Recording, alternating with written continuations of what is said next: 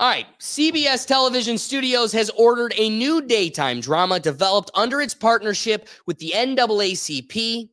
It's called The Gates, which is scheduled to premiere in January 2025, and it is the first greenlit project to come out of The Pact, which was formed in response to the national outcry following the 2020 murders of Elmer Floyd. The specific time period, launch date, and other details will be announced at a later date.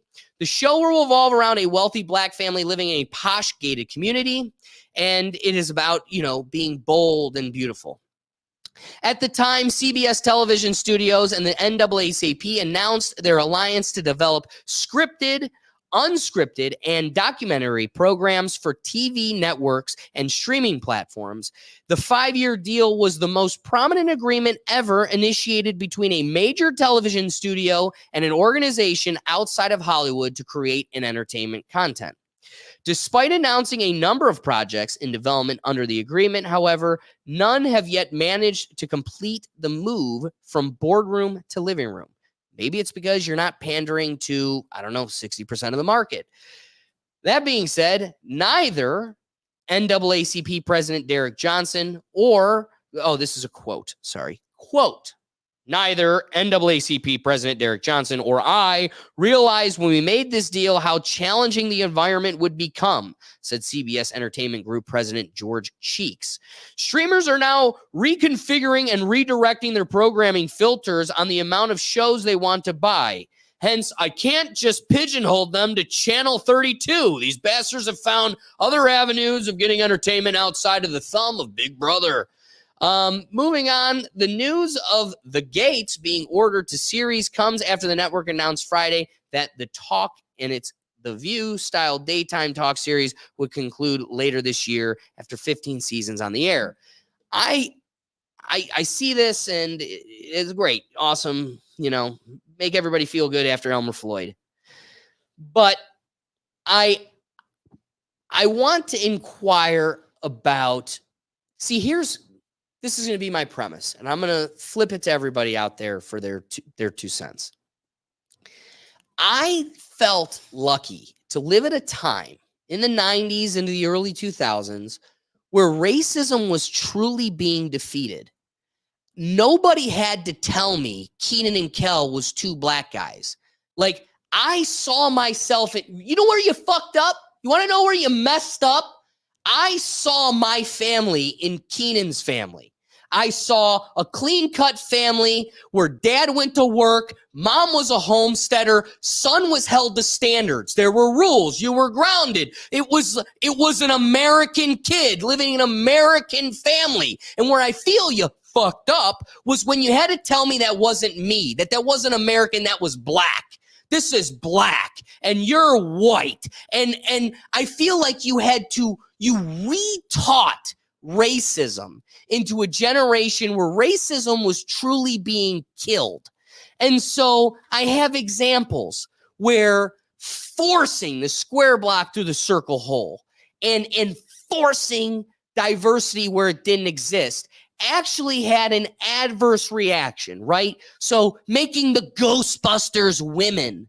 I mean, the fact that the rise of Skywalker, the whole dialogue is that there's just this random Chinese girl that just is shoved down everybody's throat. Bad story, terrible writers. Y'all should be embarrassed. And we were totally distracted from your storyline on a dialogue about a random Chinese girl. Everybody's bent out of shape that Doctor Who now is a woman. I don't think anybody would have bat an eye at the fact that Doctor Who is now a woman if you weren't doing this to every character. All the comments are like, you don't know Doctor Who then, because Doctor Who could be anybody. It was even a black guy at once. It's like, yeah, but now it stands out to audience members that it feels forced, even when it isn't, and could be a woman, simply because this is the new template. This is what we do. I look at the Fallout show. Absolutely amazing. Anybody should watch it. But I look at my friend and I go, obviously, I've never played Fallout, and it made me hooked. Now I want to play Fallout. But I'm like, clearly the main character, the chick, that's you. That's who you play as, right? He goes, yeah, you play as a vault person. Okay. And of course they made it a chick. He goes, yeah, but you could play as a woman. You could play as a, but they were never going to be a dude. It was never going to be a white guy. It was always going to be something special. Thank God it wasn't trans, but it was something that made them, a victim, special, diverse. And again, I have no problem with that. But looking at it in the lens of today's world, you can't help but go, feels forced. Feels like you had to make it a woman. So Batwoman doesn't even get released because we're just, you've polluted the market and tainted their palate to such a degree that it doesn't even interest the people anymore. So Warner Brothers just eats the movie. The Mummy. I was so excited they brought The Mummy back, and they were going to take a classic movie trilogy that I loved, and Universal was going to make an entire dark universe, a whole nother universe, and it flops because you're using the wrong races, and everybody's getting distracted on the fact that you used an Algerian actress when it should have been a Native American. It's just like, what are we doing? We're getting lost. Remember when Scarlett Johansson got crucified because she was going to be in a movie playing a trans person, and they were like, cancel her and make it a trans person. Guess what, tranny? You don't even get a movie now. Now the movie doesn't even exist. So you shot yourself in the foot again. All right, that all being said, before I flip it to David, Ricky is jumping. He's doing jumping jacks. He's got a lot to say. So to leapfrog us into such a provocative topic, I want to hear what Ricky's got to say. Oh shit! My fault. Damn, I'm chiefing over here, y'all. But like, listen, DEI, diversity, equity, inclusion. That's what it means. Word here, by the way. When it started, when I first heard of it, DEI, I was for it. Like, I didn't, not as in helping handout, but as in like, just make an effort. You know what I mean? Give people a chance. That's what I thought it was going to be. I love my weekly shows, Alex. The Rethink Tank people, bro. The Think Tank. I love my shows. And these people are ruling my show. Like, they're fucking it up, bro. I can tell the story of Chicago PD within after a person gets shot. I can tell you the killer and shit. And it's like they're bringing everybody in that's not even needed. Just tell the story. Give us a good story. Bringing people back that can get to the depth of like just telling good art. Ricky, like, how about the story just being about the person? Anything. Being a person instead of them just being black. Like, exactly. I'm a big advocate. Like, that's a person. Yo, not. There's a big racist movement going on right now against white people, against especially white men. I don't know what it is or why it is. I appreciate that they're trying to exclude it. Truthfully, it's not even that. It's to continuously emphasize that. Do you see us sharing the same screen together? The emphasis is that there's something different about us. Ricky, there isn't. There never has been. And so that's what I'm saying. When DEI started, I thought it was just like just make sure you give a person, like the NFL did, just interview a black coach. You know what I mean? Just make sure they're included. Don't make sure it's an exception to every fucking thing. Like, we have to have a lesbian. He has to actually be trans. He actually has to be this and that. It does. Can they act? Can I believe it? And is your story good enough? That is what I want. Like, everything is watered down now, where they're just remaking stuff with a different platform. Well, so they'll bring SVU to Chicago PD, and it's like, it's killing me, and I'm holding on. 911 just bring in Bucky. Bucky was a stunned. He got all the hoes, bro. And now he's gay, bro. He's gay, bro. Bucky gay, bro. And I don't know what to, like. I'm done. 911 is off the radar now. But no, Bucky's getting bucked. Bro, I'm done. But I'm see, done. here's what's interesting. You bring up a couple points, and it's one, we can't make anything original anymore. So now we've got, Fast and the Furious 12 instead of, I don't know, just a whole new movie that might include cars. Like, yeah, there's an appetite for cars. It doesn't have to be the same damn story. It's because you're unoriginal. We don't have original writers anymore. While I still got you on the screen, one thing that because it'll probably resurface here in my final thoughts, I want to get your thoughts on a position that I frequently propose. And it's why I find such disdain for the manipulative political term that is equity. I grew, again, growing up in a world where racism was truly being conquered, I'd go to school and we would talk about this guy, Martin Luther King Jr., and he would make some really great thoughts. He was presented to us in such a positive light. It was an annual reoccurrence. Every year when his holiday would come around, we would study and praise somebody that had nothing but uniting words: white, black, purple, orange, midget, giant. Everybody is the same. And his whole perspective, I can boil down one of the most pivotal events and one of the most important speeches in American history, and I can boil it down to a statement, and it's that I beg of you to judge me and my kin not on the color of their skin, but the basis of their character. Where in God's name did we lose that spirit? And I guarantee, I'd put my life on it, that's why our agencies killed him. I guarantee if I could bring him here today, he would have nothing but gut-wrenching comments to a principle that is equity, regardless of who you are, regardless of your character or what you're owed. We will distribute, like communism, our resources strictly based on how you look and the melanin in your skin. I don't think he'd be kosher with that. I don't think he'd love it, personally. That is true. So it should have just been DI, just diversity, inclusion. You know what I mean? Just give a person a chance. I love it. The character of who the person are is what we base it off. But when you include all these stereotype and everything, people start believing the stereotype. DEI got hijacked, I'm going to say not by Black Americans, but by Black Americans that wave the flag.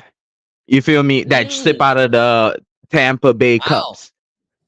So it was great intentions, but people hijacked what it was supposed to be, and it's now just a Wild West, and it's slowly coming back. I got Deadpool and Wolverine coming, R-rated Disney movie. It's slowly coming back. So there'll be a tranny in there somewhere. And Alex, you nailed it on the fucking head on the coffin earlier when you said back in the 90s, the early 2000s, hip hop, Eminem, everybody, we was all included. I was in Jamaica. I didn't think about racism. I came to America my first couple years here. I was good. I was the only Black kid in my grade. I was Gucci. Like, I was great. Everybody wanted to be your friend because of that. But not even. But I never felt excluded. I never felt like I had to defend myself, my culture, nothing like that. It's just inclusion, acceptance. They didn't think, when they hear Jamaica, just think of weed. Cool, Bob Marley. I understand that. But other than that, when we go chill, we have more to talk about, more to do other than stick to the stereotypes. You know what I mean? So it got diverse after 2013, bro. It just went downhill. It just went down. The rainbow flag came out, and we was just all like screwed. And that's my rapping thoughts. And yeah, and that's for the people. What are your thoughts? That's for the people. You haven't even gotten a chance to touch the topic. You went straight to Ricky there. Ricky was jumping. I wish you could have seen him. He was jumping. He was doing the Team America World Police secret signal. So I want to highlight a couple different things here with DEI and media. When we start seeing a bit more diversity, I think we go back to the Kid Cudi thing, where it's not earned, where it's not either part of the story or you're highlighting it because you feel like you're checking a box. We do have to recognize, though, there is a couple times Hollywood decided just to cast a white person where, well, it maybe probably wasn't the best choice. So if we remember Scarlett Johansson in the movie Ghost in the Shell, a very Japanese story. Most people in that movie were Japanese. Why not make the main person Japanese? It was to sell Because tickets. do they have the name Scarlett Johansson? Well, that's Scarlett Johansson. yeah, but I don't know if I don't know if she moved the needle on the movie. If you just had someone just regular in there, but then we have if we all remember the Lone Ranger, where Johnny Depp played an Indian person. And just come on, but he was fun. Tonto, what? Oh, It was fun. I think he went way over the top just to kind of be weird and different. Took the Okay, that's like Captain saying Jack the Mad Sparrow. Hatter should have been Chinese. Like, it's a Mad Hatter. It was the crazy dude in the desert. But played- isn't there like the Last Samurai movie with like Tom Hanks and he's supposed to be a samurai in Japan and he's Well, a white Tom guy? Hanks playing anything athletic, I don't believe. Well, that was so Tom Samurai, Cruise. I'm out. Well, it was Or Tom, Tom Cruise. Cruise, sorry, he was a not Tom cowboy Hanks, going Tom to Cruise. Japan. Oh, well, then that Is that what it plays. was? That makes All sense. I know is the trailer has a white Tom Cruise dressed as a samurai surrounded by actual Japanese people. And I don't know, in today's age, I don't think that would it's part fly. of it's part of the story. But if it's entertaining and it makes it fun, does it matter that it was Tom Cruise? Tom Cruise does his own stunts. If he's out here beating ass with a samurai sword, it's different than Mission Impossible. I'm here, I think. It sounds fun. And nobody's saying you have to watch. Like, can't you make that movie 3 different styles? Make it an Indian guy, make it you're a samurai, make it, I don't know, an Arab, make it a Greek guy, make it all kinds of people. And then guess what? Once everybody comes out or doesn't, you really get an idea for the appetite of the audience. Yeah, but I think there's smarter and more intelligent ways to include diversity, like A Quiet Place. We have someone who is deaf, can't hear. So how do they incorporate that in the story? It's a pivotal part of that story. It's like how the family gets away but with it. What you don't see is all the wasted scenes where it's like, cut, Bob, we're saying cut. And he's just he's just still playing the play. Probably makes for a great skit, but maybe not necessarily in the spirit of this conversation. But there is, I think there's good and bad on both ends. It's got to be earned. We have to earn it. It can't just be given out as a token. That's the South Park character Token. That's the whole basis of that character. Don't you love that they made him like Tolkien. Tolkien? They made him Tolkien, like the author. Well, that and it would also That was the joke. The joke was I was always Token. No, you misunderstood me. I'm the greatest author of all time. Yeah, it's so when it's not earned, you just don't respect it. And we have to earn it. For us to respect it as an audience.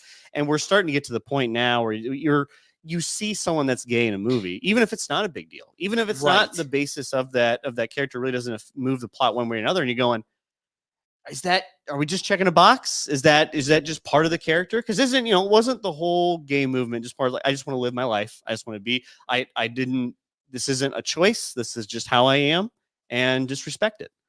But now we've gotten we've taken this car and we've just driven it so far off the other side of the road. We start to question is that just normal now? Or are we making a quota so we make somebody on Twitter happy? Right. No, I love that. Keep the round table going. Let's get a little bit of Silent Destroyer. What are your thoughts on bringing in this diversity and inclusion and equity in the movies? We can definitely bring diversity and inclusion in movies, but make it a new original story. Stop repackaging old stuff that's already out there. Give these people a Good chance. point. If you actually care about including people of different race, different color, different creed, different background, different whatever, actually write an original, cool, good story.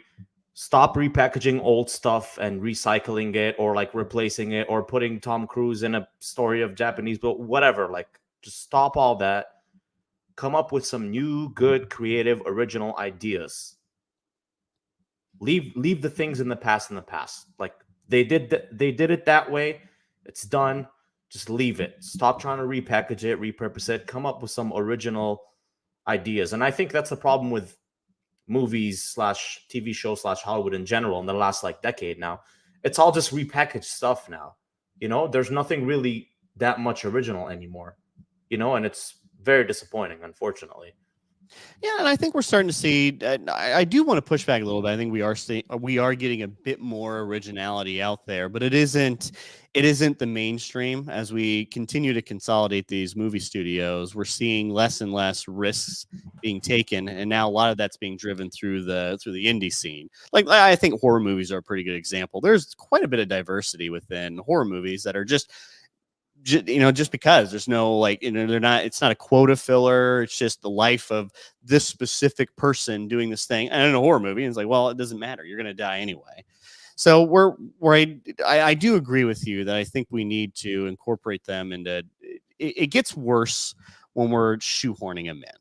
I think people make fun of the Black Ariel, but even if we go like the Lady Thor, or we start kind of going down that rabbit hole where, well, now we need Superman to look like, Superman needs to be DEI instead of just having a story unique onto itself. Because I think one thing Alex and I've always agreed upon here is like the Miles Morales, like Spider-Man. Black, it's incorporated as part of the Black culture. Like we're seeing, you see some certain movies that take that as part of the story and the character and that journey, and you get to see, that's interesting. Like I don't know, like you ever watch like Boondock Saints?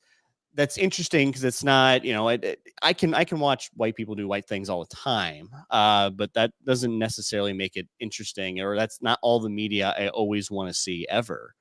So I think we agree. We want it to be incorporated as part of a story and to be onto itself. So what do we think, Titus? What do we think? We haven't heard from you yet. Yeah. Well, thanks so much for the warm welcome and the intro. I think the leading question is how much creativity can we put forth, but then also asking how much of a replenishment can we be of true value, imparting real value into the structures of society. Is that the right question? Yeah. Okay. Or how much can that creativity be stifled by trying to force in this inclusion, or where inclusion is a focus? Does that have an impact from that creativity? I think from a societal point of view, a lot of our drives are passive, motively driven by automation and by the systems that preclude for various thinkings. And it's therefore that I suggest that we rely more on the matter that, it's fundamental to me that questions outline themselves. So I don't want to drive any future questions around this. I want to rather upscale a model by asking for a corner in this. So just pointing out that this is just a proposition. But if our minds could come to the quintessence of revelation, rather sort of a paradigm of thinking, then we wouldn't ask the question of what's only needed in one situation. We would be thinking on multiple terms. So we'd be thinking in the whole. You see, that's what we learned through Christ consciousness, which is the proposition I hold to that market, which is just a good analogy with it. If in essence, whatever makes the system compatible also teaches it to abide with the right discipline. But the right discipline is only found with the structure of a coherent model. So the only coherent model is determined by the value. So we need the model with the value. And the model suggestion is imparting it through group metastructure. And only group impartation is going to seal the model into its unit and make it a product for society. That's my opinion. That's fair. Before I get into my wrapping thoughts, let's flip it to Ricky real quick. So David brought up something earlier when he mentioned Miles Morales, right? Just that clicked something in my head. Cool. We had DI without knowing it, right? Because comic books was the first DI. They had characters included everyone, and everyone accepted all different characters in the books. You know what I mean? But now they're bringing it and trying to change this and that right in front of our eyes, what we grew up on and what people have done before, including people without saying it, like writing like a lot of, there's a black Superman, there's a white Superman, there's it's fictional, you know what I mean? So like to throw it in our face and say, oh, we're doing this because of this is idiotic, instead of just doing it because it's already set and you're bringing it to the screen. You don't, certain things can just go unsaid. No, I appreciate you saying that. So to liaison me into my rapping. David thought. said that. Credit Yeah. to David Miles. Well, but I agree. Thank you, Ricky. But okay, so my rapping thought is this. You brought up Superman, and what triggered the thought in me is, what are you trying to solve here? Is the victory, is the goal? Do you want to make Superman black, or do you want to make a black Superman? What do I mean by that?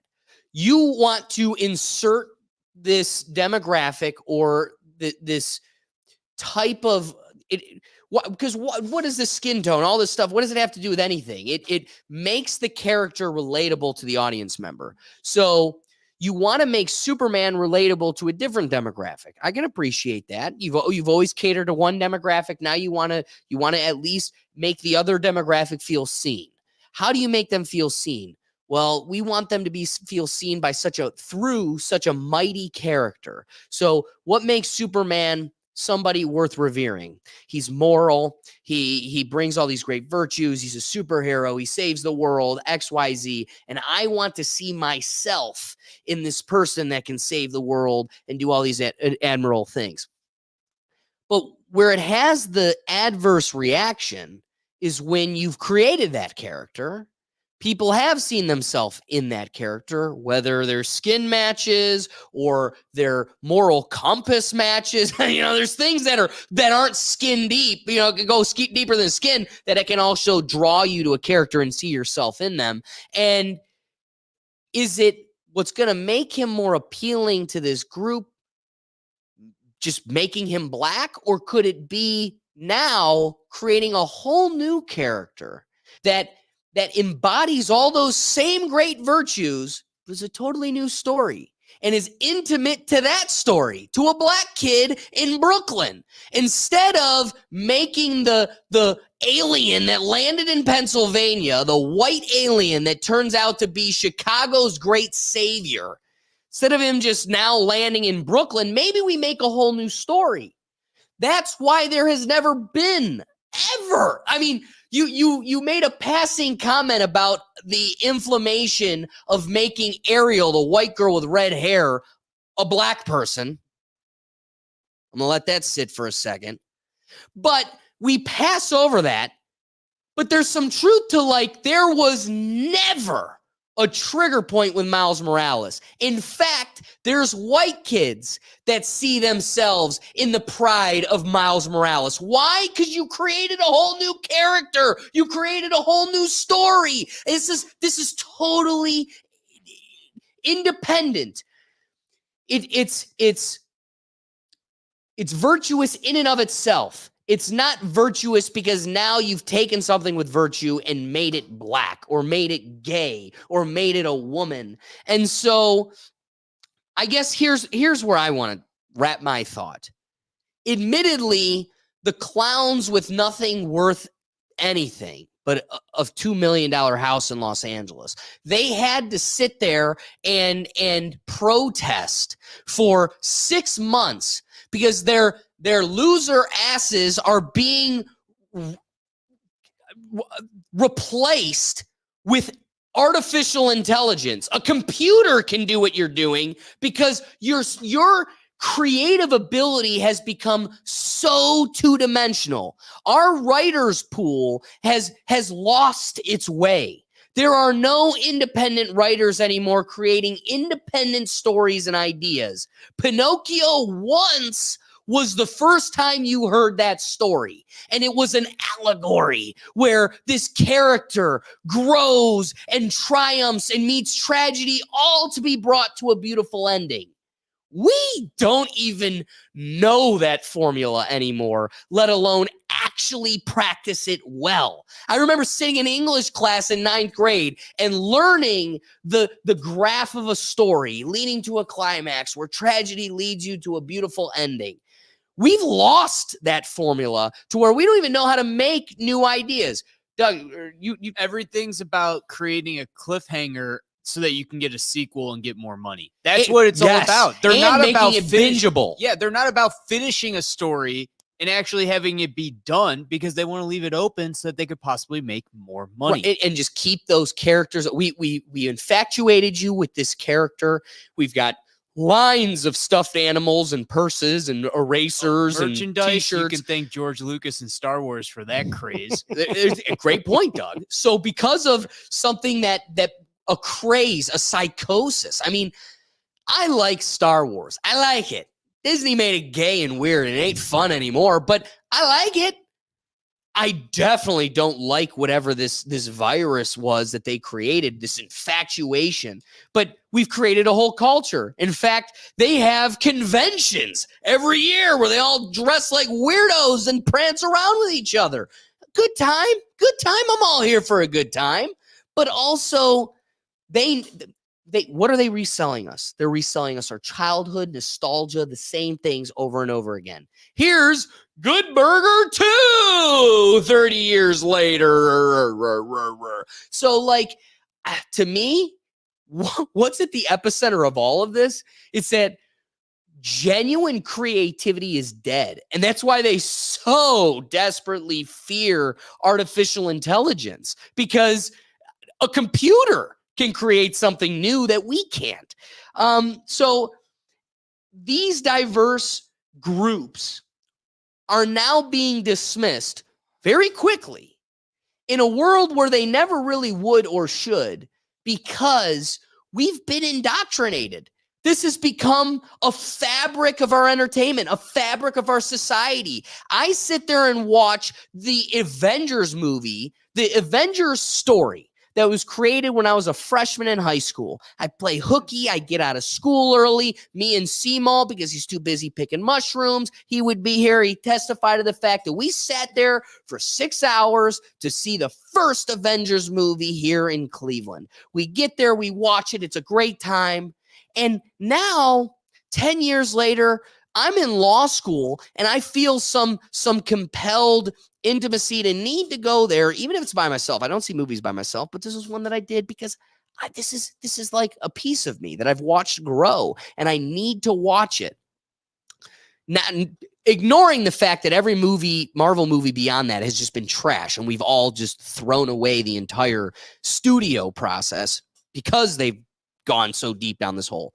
Ignoring that, the last chapter in the story, there is a scene to anybody that watches Marvel where they cut. Okay, so it's the war of all the villains across all the universes against all the superheroes we've ever seen. And it's this big battle at the end of the movie before the big snap. And they cut to this weird scene of all the women. Like, even women that weren't superheroes that just like punched keyboards. It's just all the women in this panorama. And they go and punch a couple bad guys in the face. And it's like the fact that the whole movie can be distilled down to one stupid scene that everybody just scoffs at.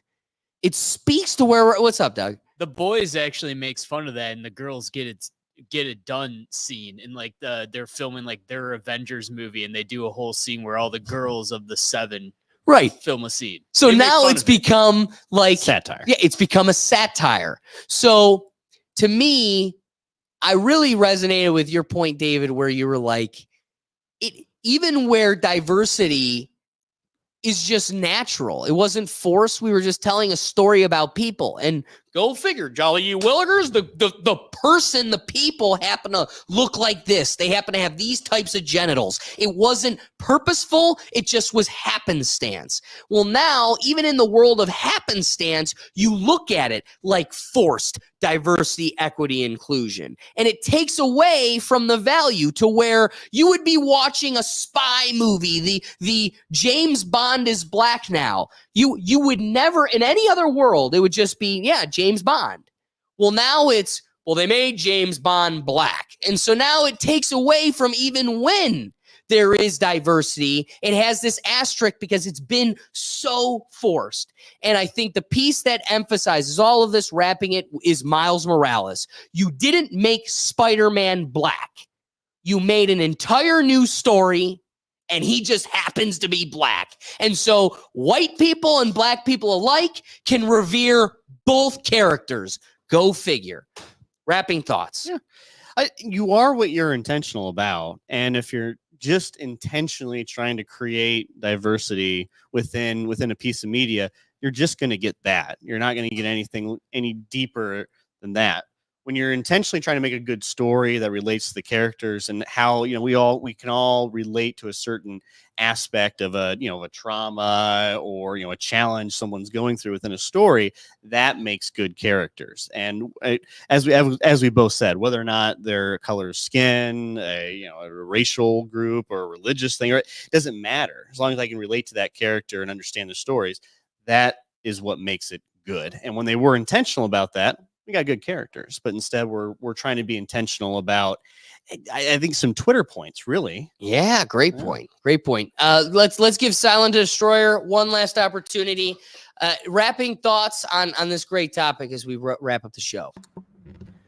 As I was saying before, and as you guys carried on to what I was saying too, like if we're gonna actually put characters that need representation, come up with the original story. Like you said, the classic, story, the climax, the ending, like all of that. Just come up with some new original stories so that these characters actually get like good representation and good shine and good time on the screen. And it doesn't flop because it's a repackage of something that came out 30 years ago, I love keep that. It simple. Yep. Just keep it simple. Keep it simple. Keep it original. Keep it original. Keep it simple. That's it. I love that. Let's give Tinas a poor dude's now sitting there at 2 a.m. I'm seeing it. He's just holding on by a thread. God bless. You are honking. You're giving me so much time. I mean, I missed some opportunity last week, so I really appreciate all the space to be getting onto your platform and getting to know your team and your audience. It's really a privilege, I think. Yeah, it is a bit late, but I think there's a lot in everything. So much for I think the final stages. We're left with a lot in terms of diversity and how I would reflect that back. I had a good time in sort of envisioning myself, throughout the conversation. I feel we had a broader sense of cultural. There was a culture here, some creativity led us to a point, and I think there was some shedding of points happening.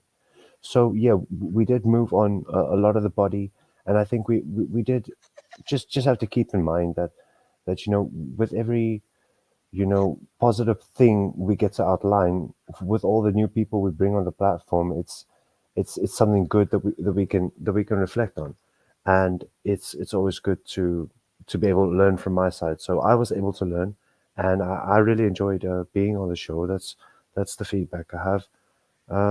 Yeah. I love that. I love that. And if it isn't, here's my element to how we live in such a topsy-turvy world. It's that we just had a gentleman on who is African and looks white, and the other guy that we're supposed to call African-American is from Jamaica. So the rules of America are ass side backwards, and we don't know what the hell we're doing. Doug, wrapping thoughts. I feel like we touched on a lot there. I feel like as long as Kathleen Kennedy just stays out of everything, everything will work out and get better. Hey! Thanks for watching this clip from the Rethink Tank Live. Join us every Tuesday at 7 p.m. streaming across the platforms on YouTube, Rumble, X, Twitch, Facebook, LinkedIn, and TikTok. We do our best to promote user engagement, and we want you involved. So be sure to bring your perspective live so we can get you in the dialogue. See you then.